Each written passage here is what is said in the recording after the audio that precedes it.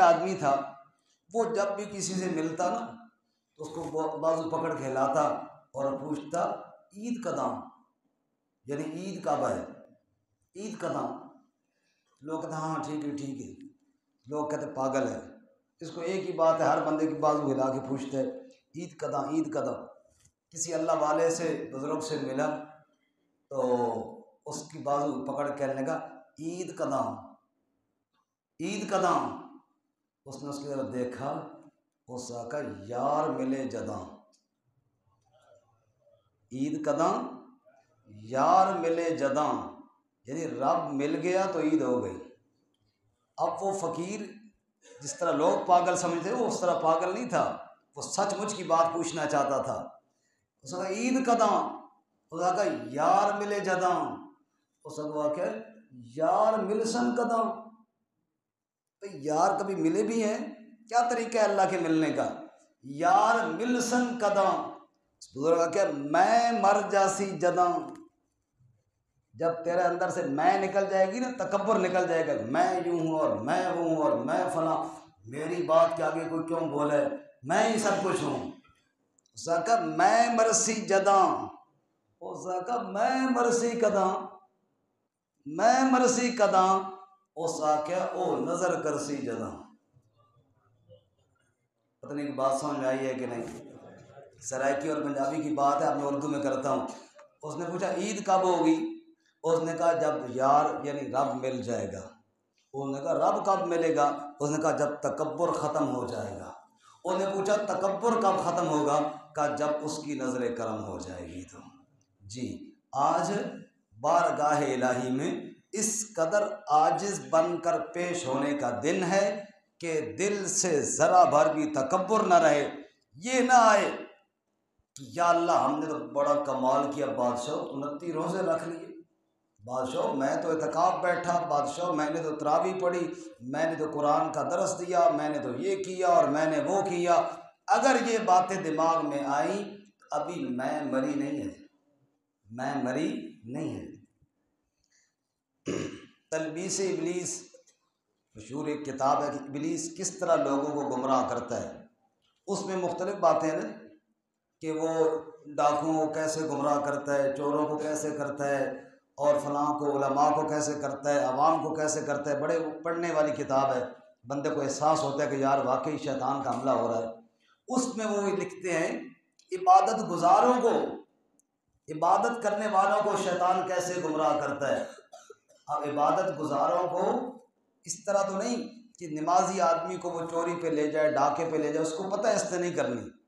نمازی آدمی کو میں کے اندر مبتلا کر دیتا ہے، میں بڑا نمازی، میں بڑا حاجی، میں بڑا یہ اور میں بڑا روزہ دار اور میں بڑا تہجد گزار۔ بس جب دل میں آ جاتی ہے نا، بندہ رب کی نگاہ سے گر جاتا ہے۔ اس لیے عید کا دن رب کے سامنے اپنی عاجزی پیش کرنے کا دن ہے۔ یا اللہ میں کچھ نہیں، بس تو ہی تو ہے، تو ہی تو ہے، میں کچھ نہیں ہے۔ شاعر کہتا ہے لیس العید لمن لبس الجدید انما العید لمن خاف الوعید۔ اس بندے کی کوئی عید نہیں جو نئے جوڑے پہن کر خوش ہو جائے، عید تو اس کی ہے جو اللہ کے عذاب سے ڈر جائے۔ لیس العید لمن بسط البساط انما العید لمن جاوز الصراط۔ عید یہ نہیں ہے عمدہ بچھونے بچھائے جائیں، بیٹھ کے سجائی جائیں، دوستوں کے ساتھ گپے لگائی جائیں۔ انما العید لمن جاوز الصراط، عید تو اس کی ہے جس نے پل صراط کو پار کر لیا۔ لیس العید لمن رکب المطایا انما العید لمن ترک الخطایا۔ عید اس بات کا نام نہیں کہ میری گاڑی بڑی اچھی ہے، میں عمدہ سواری پر سوار ہو کر سیر کرنے کے لیے فلاں جگہ چلا گیا۔ نانا انما العید لمن ترک الخطایا، عید تو اس بندے کی ہے جو گناہوں کو چھوڑ دے۔ حضرت سیدنا علی المرتضیٰ سب کو رضی اللہ تعالی، کون علی؟ علی مجسم میں علم و عرفاں وجود فقر و غنا علی ہے، علی بہادر علی سخی برادر مصطفیٰ علی ہے، نبی نے تربیت علی کی اور بیٹی اپنی بھی اس کو دی، جسے کیا منتخب نبی نے وہ گوہر بے بہا علی ہے۔ حضرت سیدنا علی المرتضیٰ رضی اللہ تعالیٰ عنہ عید کے دن کسی نے دیکھا خشک روٹی کا ٹکڑا چبا رہے ہیں۔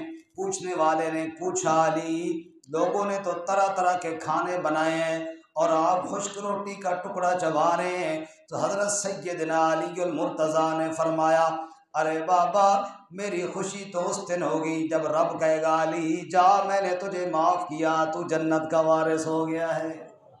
عید والے دن رب کو نہیں بھلانا، عید والے دن نماز نہیں چھوڑنی۔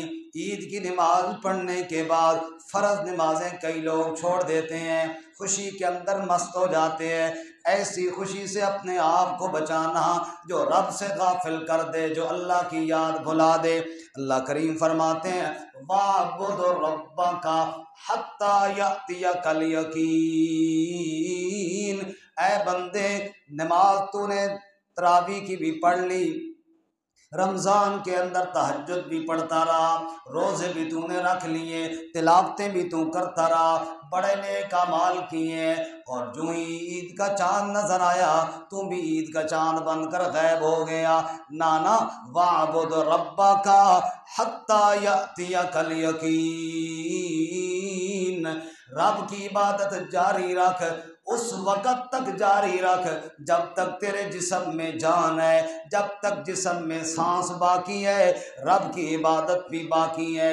شیخ عبد القادر جیلانی جا رہے ہیں، اوپر سے ایک آواز آئی اور روشنی چمکی، اس میں سے آواز آئی عبد القادر تو بے شک عبادت نہ کیا کر، میں اللہ تجھ سے راضی ہو گیا ہوں۔ شیخ عبد القادر جیلانی نے اچھا اللہ نے اپنے نبی کو تو اجازت نہیں دی، مجھے اجازت دے رہا ہے، یہ ضرور شیطان کا حملہ ہوگا۔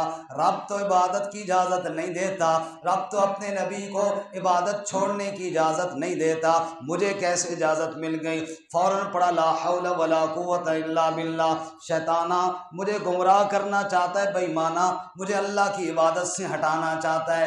شیطان نے کہا میں نے تو بڑا حملہ کیا تھا لیکن چونکہ تو علم والا تھا اس لیے بچ گیا ہے۔ فرمایا نانا علم والے بھی گمراہ ہو جاتے ہیں، میں تو اللہ کے فضل اور اللہ کی رحمت سے بچ گیا ہوں۔ کوئی آدمی یہ نہ کہے میں بڑا عالم ہوں مجھے شیطان کیا کر لے گا۔ علم والے بھی بھٹک جاتے ہیں، بڑے بڑے علماء بھی گمراہ ہو جاتے ہیں، بڑے بڑے عبادت گزار بھی بھٹک جاتے ہیں، عبادت کرنے کے بعد ضائع ہو جاتی ہیں۔ اس لیے میرے بھائیوں رمضان کی عبادتوں کو محفوظ بھی رکھنا ہے۔ ایک بندہ آیا نبی صلی اللہ علیہ وسلم کے پاس، آپ نے نماز روزہ حج زکوٰۃ سارے احکامات بتائے، جب وہ واپس جا رہا تھا تو میرے نبی نے آواز دے کر فرمایا رک جا، کیا میں تجھے ایک ایسی چیز نہ بتاؤں جو تیرے ایمان کی اور تیرے سارے اعمال کی محافظ بن جائے؟ جی یا رسول اللہ ضرور بتائیے۔ تو میرے نبی نے زبان کی طرف اشارہ کیا، املک علیک لسانک، زبان کو قابو میں رکھ تیرے سارے اعمال محفوظ ہو جائیں گے۔ عید کا دن ہے کسی کو گالی مت دینا، عید کا دن ہے کسی کے ساتھ جھگڑا مت کرنا، عید کا دن ہے کسی کو برا بلا مت کہنا، اگر برائی بھی دیکھ رہی ہے تو مہذب طریقے سے اس کو روکنا ہے۔ اذا مروا باللغو مروا کراما، فرمایا عزت کے ساتھ گزر جاؤ۔ اور عید کا دن ہے آخری بار غمخواری کا دن ہے، غمخواری کا دن ہے۔ رمضان کے روزے تو اس لیے تجھے رکھوائے تھے تاکہ تجھے پتہ چل جائے بھوکوں کے اوپر کیا گزرتی ہے، فاقے والوں کی حالت کیا ہوتی ہے۔ آج عید کا دن ہے، اپنے لیے 10 کھانے بنائے ہیں، پڑوس کے اندر کوئی بھوکا رہتا ہے اس کا خیال بھی تو نے رکھنا ہے۔ فَلَقْتَحَمَ الْعَقَبَةَ وَمَا أَدْرَاكَ مَا الْعَقَبَةُ فَكُّ رَقَبَةٍ أَوْ إِطْعَامٌ فِي يَوْمٍ ذِي مَسْغَبَةٍ يَتِيمًا ذَا مَقْرَبَةٍ أَوْ مِسْكِينًا ذَا مَتْرَبَةٍ۔ قیامت کے دن اللہ کہیں گے میرے میرے بندے بڑے عمل کرتا رہا، ارے تیرے اور میرے درمیان صرف ایک گھاٹی تھی نا، اس گھاٹی کو پار کرتا سیدھا تیری میری ملاقات ہو جانی تھی۔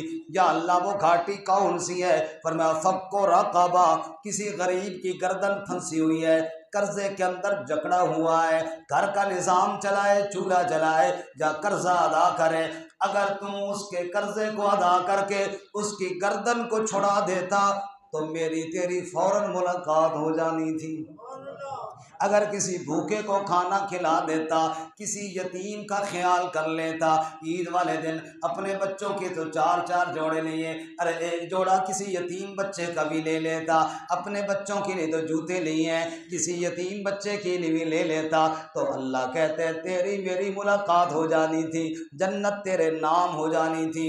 اس لیے میرے بھائیوں، عید کا دن عبادت کا دن ہے، عید کا دن اللہ کے سامنے آہوزاری کرنے کا دن ہے، اپنی عبادت بارگاہ الہی میں قبول کروانے کا دن ہے، عید کا دن اللہ کو یاد کرنے کا دن ہے، عید کا دن غریبوں اور مسکینوں کے ساتھ غم خواری کرنے کا دن ہے۔ اب جب باقی مسکینوں کا خیال رکھنا ہے تو غزہ کے مسکینوں کو نہ بھولنا، فلسطین کے مسلمانوں کو نہ بھولنا، جن کا اور ہمارا رشتہ لا الہ الا اللہ کا رشتہ ہے، آج عید والے دن ان کو دعاؤں میں ضرور یاد رکھنا۔ ہمارے بچوں نے زرق برق لباس پہنے ہیں، ان کے بچوں نے خون کے لباس پہنے ہوئے ہیں، ہمارے بچوں نے طرح طرح کے کھانے بنائے ہیں، وہ عید والے دن بھی گھاس چبانے پر بیچارے مجبور ہیں، ہمارے بچے پارک میں گھومنے جا رہے ہیں، وہ اپنے بچوں کی بوٹیاں چن کر کفن میں لپیٹنے کے لیے مجبور ہیں۔ آج میرے بھائیوں قرآن کیا کہتا ہے؟ اوے لوگو انما المؤمنون اخوۃ، ایمان والے تو سارے بھائی بھائی ہوتے ہیں۔